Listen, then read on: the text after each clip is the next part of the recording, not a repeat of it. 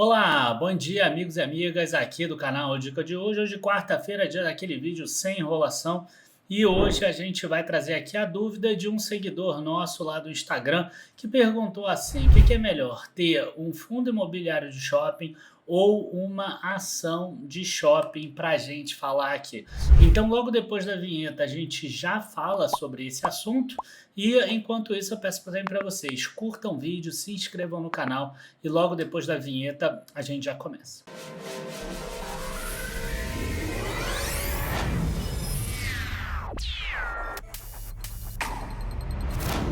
Bom, pessoal, começando esse vídeo de hoje, vocês sabem que eu sou meio suspeito para falar sobre a questão do que é melhor, né? A ou B, porque a nossa resposta acaba sempre sendo um grande depende, e além do mais, a gente é uma casa de análise que foca em fazer com que você consiga construir um bom portfólio. E um bom portfólio precisa de várias classes de ativos. Logo, eu não vejo essa necessidade quase que intrínseca das pessoas que estão na bolsa de tentar descobrir aquilo que é melhor. A gente deveria pensar mais em complementariedade, né? Um complementa o outro. Mas de qualquer forma, como a pergunta foi, qual é melhor? Eu vou aproveitar para dar uma aulinha de contabilidade de como funciona a própria contabilização de valores dos shoppings dentro de um fundo imobiliário e como funciona dentro das empresas. Tá? Eu sei que a maior parte das pessoas físicas elas estão mais acostumadas com fundos imobiliários.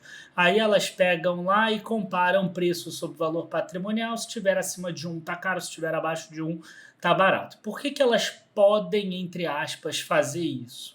Né? Porque todo ano os shoppings eles têm um laudo de avaliação que é feito por um avaliador independente que pega cada um dos shoppings que tem no portfólio daquele fundo e ele determina lá, o shopping A vale X milhões de reais, o shopping B vale X milhões de reais, o shopping C vale Y milhões de reais e assim por diante.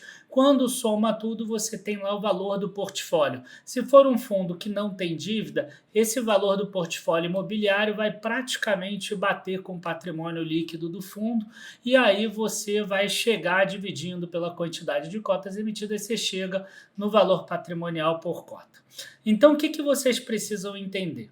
A primeira coisa é que o valor do fundo, o valor patrimonial de um fundo imobiliário, ele é exatamente o valor que está valendo hoje, porque todo ano o avaliador independente ele faz essa análise. Já nas ações não funciona bem dessa forma, tá? Essa é a primeira coisa e aí eu quero mostrar para vocês como é que funciona agora nas ações, tá? Nas ações vai depender de duas coisas especificamente. Se você tem um portfólio para venda ou se você tem um portfólio apenas para gerar receita com alocação.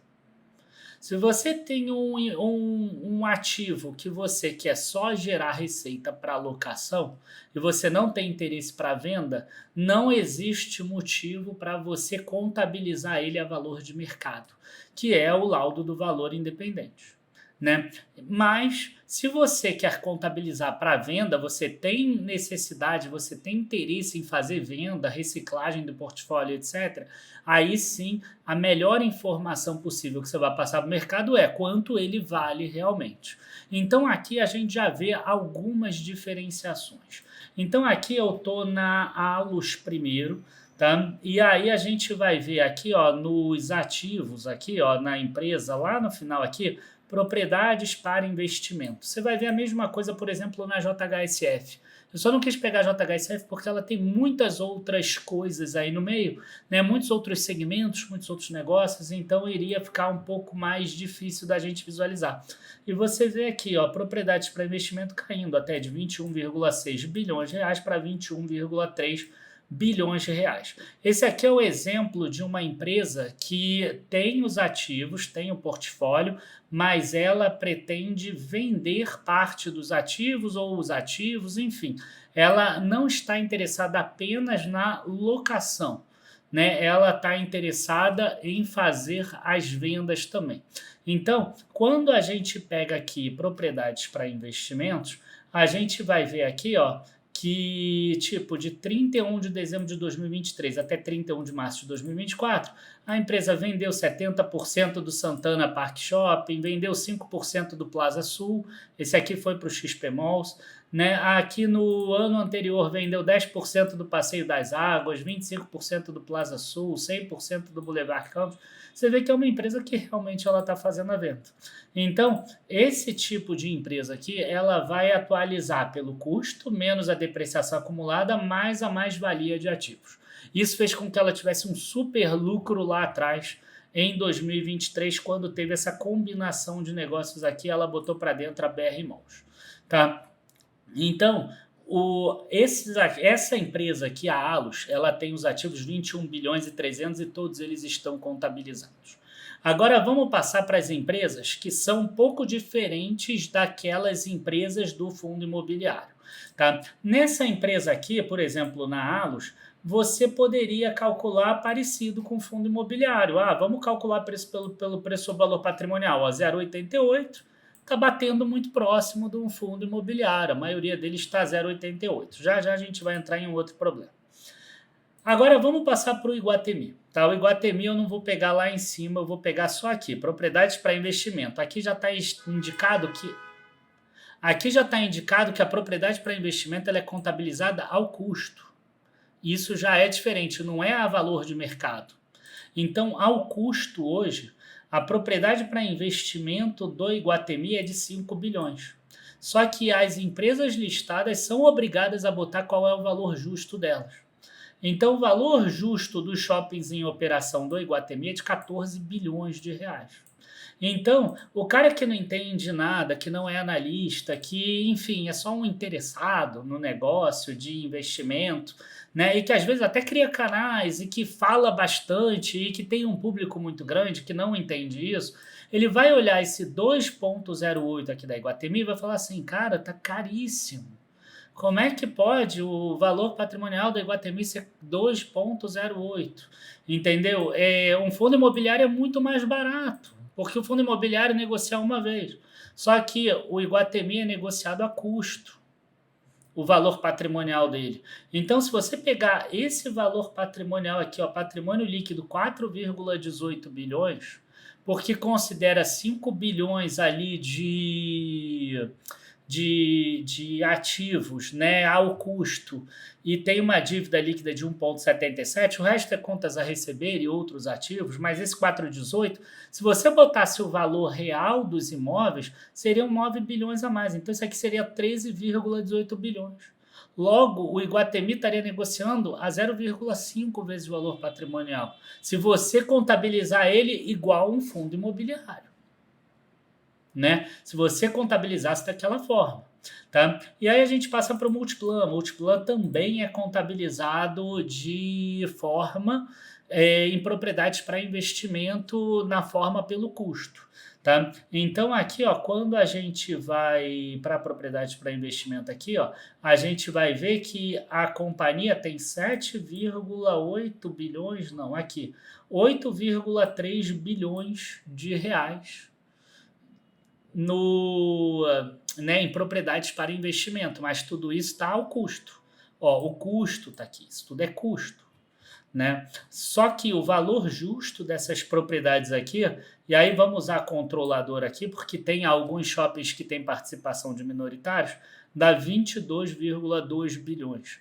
Então a gente está falando aí de uma Multiplan que deveria valer aí perto de 3 vezes mais, né, o patrimônio líquido dela. E aí a gente consegue ver algo muito similar aqui, ó, patrimônio líquido de 7 bilhões, porque tem uma dívida líquida de 1,99. Se esse patrimônio líquido fosse 14 bilhões a mais, porque a diferença entre o patrimônio líquido e o valor justo dos ativos, isso aqui seria 21,9 bilhões, logo o valor de mercado aqui significaria 0,66 vezes. Né? Então, a gente já percebe aí que as ações de shopping elas estão mais descontadas do que os fundos imobiliários, se você souber fazer a contabilidade. Agora, Por que que então elas ficam mais baratas? Esse é o segundo ponto desse vídeo. O segundo ponto desse vídeo mostra que esses ativos sempre estarão mais baratos e sempre, sempre, sempre estarão abaixo do valor patrimonial, porque eles, primeiro, né, o Brasil tem uma taxa de juro muitíssimo alta. Então, hoje você tem uma Selic, por exemplo, de 10,5% ao ano, e qualquer shopping que for vendido vai ser vendido com cap rate menor do que 10,5%. Logo, você depende de crescimento para conseguir investir. Isso não acontece lá nos Estados Unidos. Nos Estados Unidos, tá, é claro que agora está com uma taxa maior, mas mesmo com essa taxa maior de 5 e pouco, os compradores eles buscam taxas de cap rate maiores do que a taxa básica. Então, eles vão buscar cap rate de 6%, de 6,5%, mesmo com essa taxa básica entre 5,25% e 5,50%. Então, no Brasil, teria que ter taxas aí de um cap rate de 12%, de 13%. O que é o cap rate? Vamos imaginar um imóvel que está sendo vendido a 100 milhões, num cap rate de 10%, ele vai gerar 10 milhões de aluguel ao longo do ano, Se eu tivesse 13 milhões, seria um cap rate de 13. Se eu tivesse 7 milhões, é um cap rate de 7. Então, o Brasil depende de crescimento, porque a taxa de juro do Brasil é muito alta. E aí, a gente acaba tendo um certo problema. E a segunda questão aqui, que eu acho que é importante da gente sempre trabalhar também, é o seguinte: o fundo imobiliário, embora pague altas taxas de administração, que eu sempre combati, eu acho que é muito caro as taxas de administração que são pagas, tá, para os fundos imobiliários, eu sempre costumo comparar com uma imobiliária. Por exemplo, se você tiver um imóvel teu físico e você botar na imobiliária, ela vai cobrar 5%, 8%, por exemplo, do valor de locação.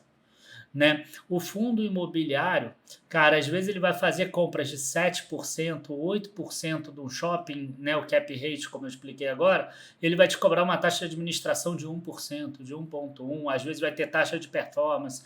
Se tiver locado ou não, ele vai te cobrar do mesmo jeito, enquanto essa imobiliária não iria estar te cobrando, porque você não está recebendo aluguel. Então, cara, se você pegar 1% de 8% de yield, por exemplo, são 12,5%, enquanto na imobiliária, num imóvel físico, seria muito menor. Então, eu costumo dizer isso, mas enfim, eu sou uma voz muito pequena, nessa indústria toda de fundos imobiliários. Mas o outro ponto aqui que eu queria trazer é o seguinte: aqui eu estou pegando da Allos, por exemplo. Olha só o imposto de renda que existe. Resultado antes do tributo, 176 milhões. Imposto de renda, 48 milhões. Cara, 48 de 176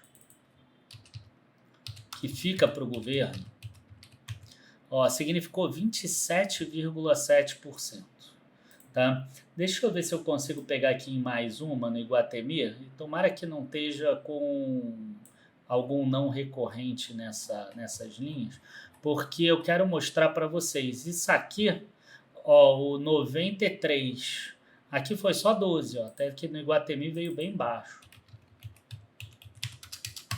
13,27%. Se eu for lá na Multiplan, vai ter um valor grande também de imposto. Então, aqui a gente tem o imposto de renda, aqui no consolidado, 53,061, de 320 milhões. 16,57. Então, você vê que as três têm impostos de 13% até 27%. Se eu pegar uma média aí de uns 18%, mais ou menos, o fundo imobiliário ele tem essa isenção. Você, por exemplo, quando recebe o teu rendimento mensal, você não paga imposto de renda. As empresas pagam esses 18%. Por exemplo, em média, a Allos está pagando 27%, inclusive. Então, é natural que os fundos imobiliários consigam comprar imóveis mais caros por ter essa isenção, o que acaba deixando uma assimetria de mercado, e vai ser natural que eles negociem a preço ou valor patrimonial mais caro do que as ações de shopping, desde que você contabilize da forma correta, como eu mostrei no início, se você quiser usar os dois no mesmo patamar. Tá? Então, a gente tem um pouco dessa situação na hora que a gente vai analisar empresa contra fundo imobiliário de shopping. Agora, respondendo à pergunta da pessoa se é melhor comprar ação ou fundo imobiliário, por que ela é um grande depende? Né? Porque o cara que estiver buscando um crescimento da carteira dele, muito provavelmente ele vai conseguir isso mais efetivamente dentro das ações, porque as empresas elas acabam que por ter essa ineficiência tributária, né, ela precisa tentar fazer desenvolvimento de shopping. Então, vai ter uma parte do capital que vai estar alocado em expansão de shopping, no início de um novo shopping, na aquisição de um terreno, talvez construir um shopping com uma laje corporativa, aí vende uma laje corporativa, enfim, tudo isso pode acontecer. Né? Enquanto isso, o fundo imobiliário de shopping, ele se especializa em quê? Em pegar tudo que está pronto, compra e fica distribuindo o rendimento do aluguel. Por quê? Porque ele tem essa isenção para fazer o rendimento. Ele não tem nenhum benefício para fazer o desenvolvimento, mas ele tem muito benefício na distribuição. Então, para ele faz muito mais sentido ter imóveis já prontos que gerem renda, porque é aí que está a eficiência dele. E aí, passando para a tua carteira, se você é uma pessoa que busca renda, o fundo imobiliário de shopping, mesmo sendo um pouco mais caro, ele vai trazer muito mais esse benefício para você. Tá? Eventualmente, você pode ter uma ação, uma empresa que faça uma venda muito grande, gere um lucro muito grande e tenha um dividendo mais expressivo. Mas o fundo imobiliário ele vai ter muito mais constância, embora o crescimento vai ser muito mais, vai ser muito menos assim, consistente. Né? Já numa ação, não, você vai conseguir ter crescimentos maiores, mas o rendimento que você vai receber vai acabar sendo menor, até pela condição que existe no mercado de hoje. Tá? Então, espero ter respondido. Volto a dizer que eu acho que uma boa carteira equilibrada deveria ter as duas classes de ativos e que existem alguns fundos que não vão distribuir de shopping e vão ter algumas ações que talvez vão distribuir mais do que os fundos, mas dificilmente você vai ter alguma que vai distribuir mensalmente. Quem de shopping aí, que tem shopping também, que está tentando distribuir mensalmente por enquanto é a JHSF, que tem pago ali 3 centavos por ação e todos os meses e que vale ali uns 4,10, 4,20. Então é um yield aí de 0,6, 0,65, que enfim, né, já se parece um pouquinho mais com aqueles que a gente vê lá nos fundos imobiliários. Enfim, pessoal, queria agradecer a todos, espero que vocês tenham gostado desse vídeo de hoje. A gente fala muito mais sobre essa questão de portfólio dentro da nossa carteira plena, tá? E essa parte de portfólio, para mim, é a parte mais importante que existe na hora de você investir. É a hora que eu digo que você chega na maioridade. Por quê? Porque nesse momento que você chega na maioridade, você acaba com essa briga interna do que é melhor e você percebe como é importante a complementariedade das classes de ativos. Então, o que eu gostaria de propor para vocês? A gente começou um workshop na segunda-feira e ele vai seguindo segunda, terça, quarta e quinta. Então, hoje vai ter uma aula especial que vai ser com a Carol, inclusive, tá? Que ela é que toca até mais a carteira plena, embora eu também tenha a minha participação lá dentro. E segunda-feira eu participei, terça também, hoje e amanhã ia mais com ela.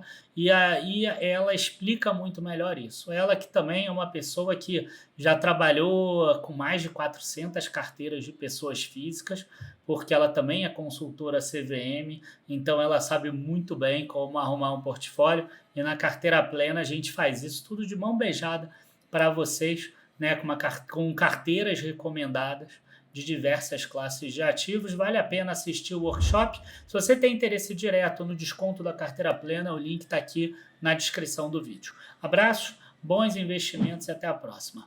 Tchau, tchau, pessoal.